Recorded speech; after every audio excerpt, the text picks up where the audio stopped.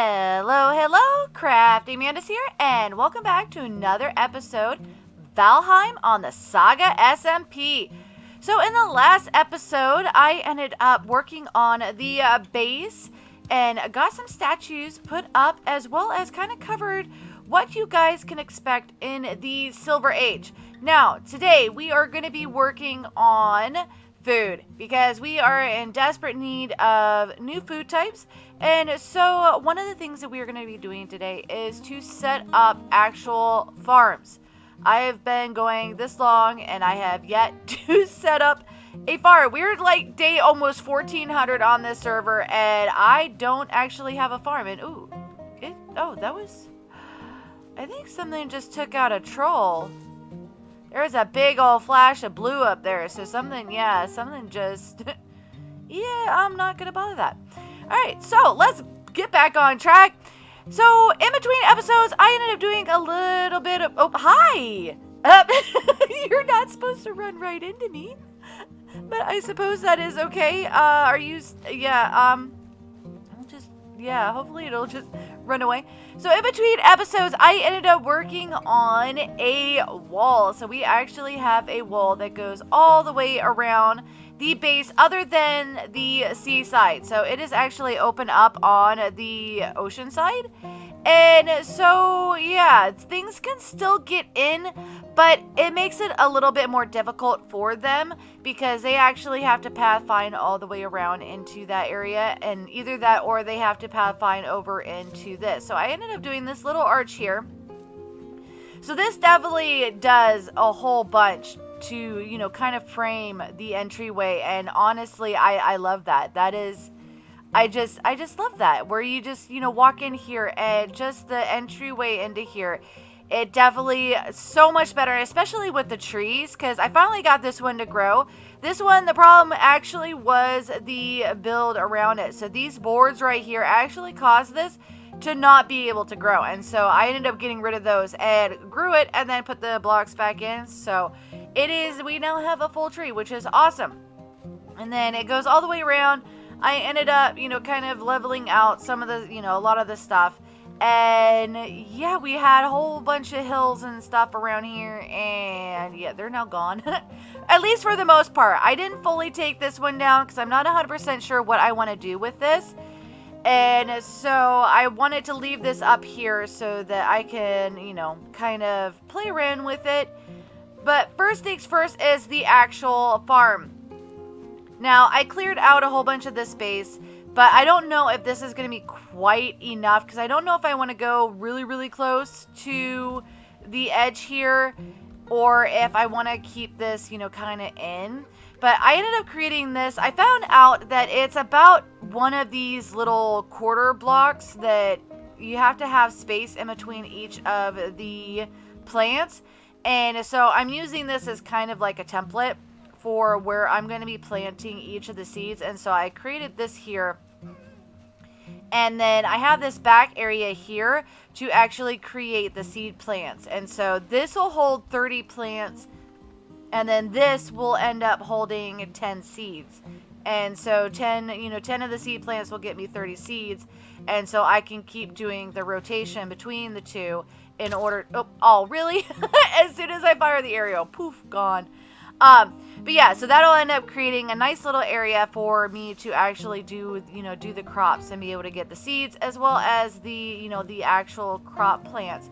And so now it's just a matter of actually getting the farms all set up. And then once I get those set up, then I can kind of go over the different kinds of food and all of that. All right, so I have all of the farms in place now. So as you can see, it definitely looks a lot different than what I had originally showed. So I decided, instead of using the actual fences, I decided to use the actual, like, the X's, which are part of the wall pieces, because I thought these were, these looked a lot better. Now with this one, I used the bigger ones, and I'm not sure if I want to leave it open like this. There's an awfully big gap here, and so I may end up still putting a bar up on top, just to kind of make it look a little bit more polished, but we'll definitely see on that. Now over here, I ended up using the new wood shutters, which I think are absolutely fantastic for little gates. And then I just used a cross beam as well as the 45-degree just to kind of create this little entryway, which I think is, fantastic. However, most of the time I don't I don't actually use it. I've harvested it a couple times. And yeah, I usually just jump right over it. So we've got onions here, we've got turnips here, and then over here we've got carrots. Now, I could definitely end up planting some more once I get, like if I end up expanding the seed a little bit, because I can plant them in between these. Now, I still don't want to go too far over. I just want to keep it nice and tight in this general area here. So yeah, so those are the lovely farms that I have in place there. I don't think we have any other actual like vegetables that we can grow.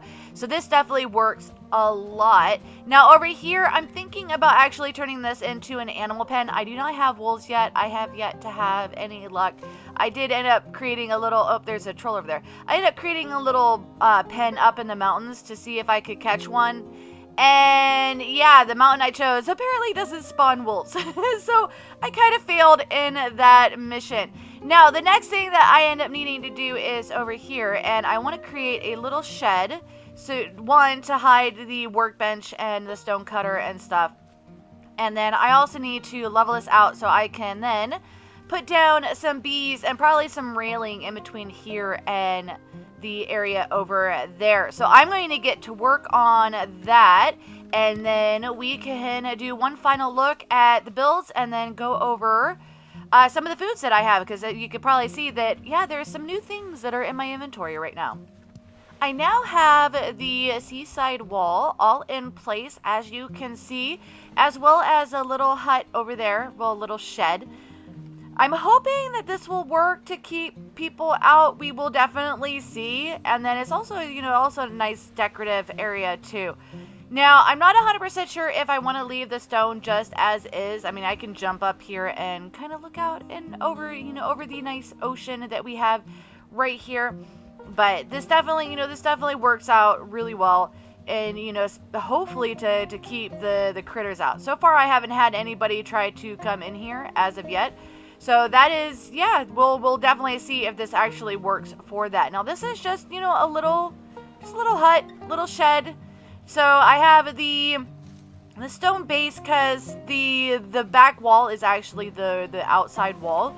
And so I'm like, okay, do you know what? Maybe we'll just do the stone on the bottom and then use the wood for just kind of like the decoration. So the only thing that I have in here right now is a workbench and the stone cutter, and then I kind of covered this with wood, though, for some reason these things aren't lining up properly. So I'm gonna have to try to figure out what's going on with that. But we've got these like this one, not quite lined up either. So I don't know why it was doing that. I probably need to get something to stand on so that it lines up a little bit better. But we just got, just really simple. I'm probably going to end up like doing like a shelf here so that I can end up putting some chests. So maybe I'll store like the seeds for out here in this little shed. That way, they're differentiated from the other seeds that I have for like the trees. Now this is the little bee area. I only have 6 bees right now, and so there's only 6 hives, though this, oh my gosh, this creates so much honey. I have such a backlog of honey right now that, yeah, I'm not sure if I actually gonna need to harvest these guys, at least for a while. And all I did was I put them up on little tables, so this would be so that, we could actually access this a little bit easier, because I don't think that this is a top, like you remove the top on this one. Not 100% sure. I haven't seen a beehive like this before, so not sure how the access point is, but I figured, we'd actually be able to kind of see into the hive kind of thing. And that's, the reason for the tables. Now, I do plan on putting like a little garden back here. So, like probably with the alliums, because I really do like the onion flowers over here. They're really pretty purple. And so I'm probably gonna start harvesting the onions and try to, since I'm not really using the onion soup, we'll get to that in a minute, and as to the reason why. But yeah, so a little garden over there once I get more seeds, because right now I do not have a surplus of seeds at all. So that's, that is going to be a really big thing, and and that I need to kind of get that, get that going forward as well, to try to get more seeds so that I can actually do something like, the garden over here. But now let's go ahead and get into the food. Hearth at Home ended up adding some new foods, and with us kind of advancing in, in the different ages, we have definitely unlocked a whole bunch of different types of food. And in preparation for the motor fight, I, kind of went through some of the foods. Now, originally, because motor requires the usage of arrows, and so stamina is definitely going to be a huge thing. Now, originally, I was planning on using the onion soup, and that takes 3 onions because of the fact that it ends up having 60 stamina. Well, come to find out, the ice cream, and I don't actually have any on me, the ice cream actually ends up giving you 65, so it's actually a little bit better. And let's see, if we come over here, yes, so right here, so you get 21 health and 65 stamina, which is really good, because I wanted to have a stamina rich food and then 2 of the health rich foods. And so that's kind of what I was thinking for, for the actual fight. Now this right here, this is the butcher's table. Now if we come over here to the crafting, and let's see, where is it? Right here. It takes ancient bark, core wood, fine wood, and silver. So we had to wait to get into the silver age in order to actually do that.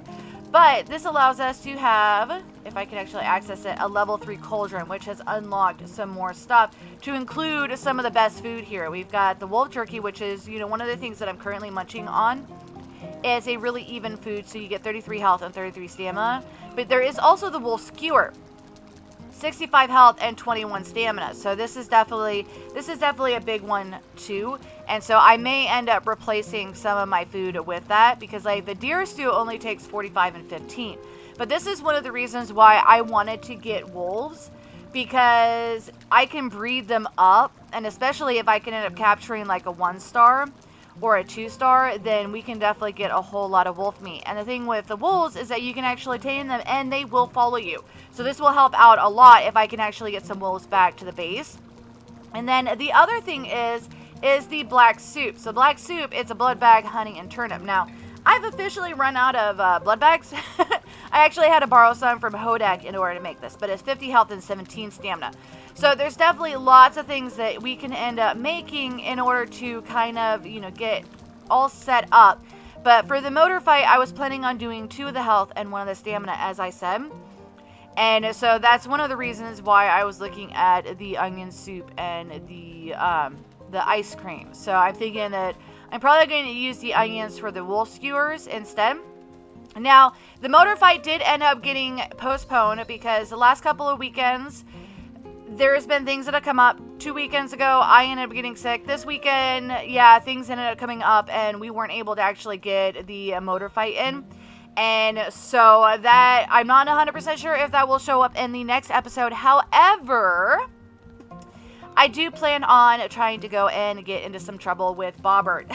So we will definitely see what kind of trouble we can get into in the plains, and see if we can't find ourselves a tar pit so we can actually get moving forward on some of the other furniture pieces and stuff in Hearth at Home. So that is definitely super exciting. I am very, very happy with the progress that we've been making and all of that. And next episode, hopefully we get some more progress done, especially in terms of trying to get, all of our food and stuff in place. So I definitely hope that you guys have enjoyed this episode, and if you did, definitely hit that like button. If you're new to the channel, click the Mantis icon to subscribe, then hit the bell button to get notified when I put out additional content. Want to check out more of my videos? Try the one on the left, or you could check out the playlist on the right. That's it for now, but I'll see you guys in the next episode.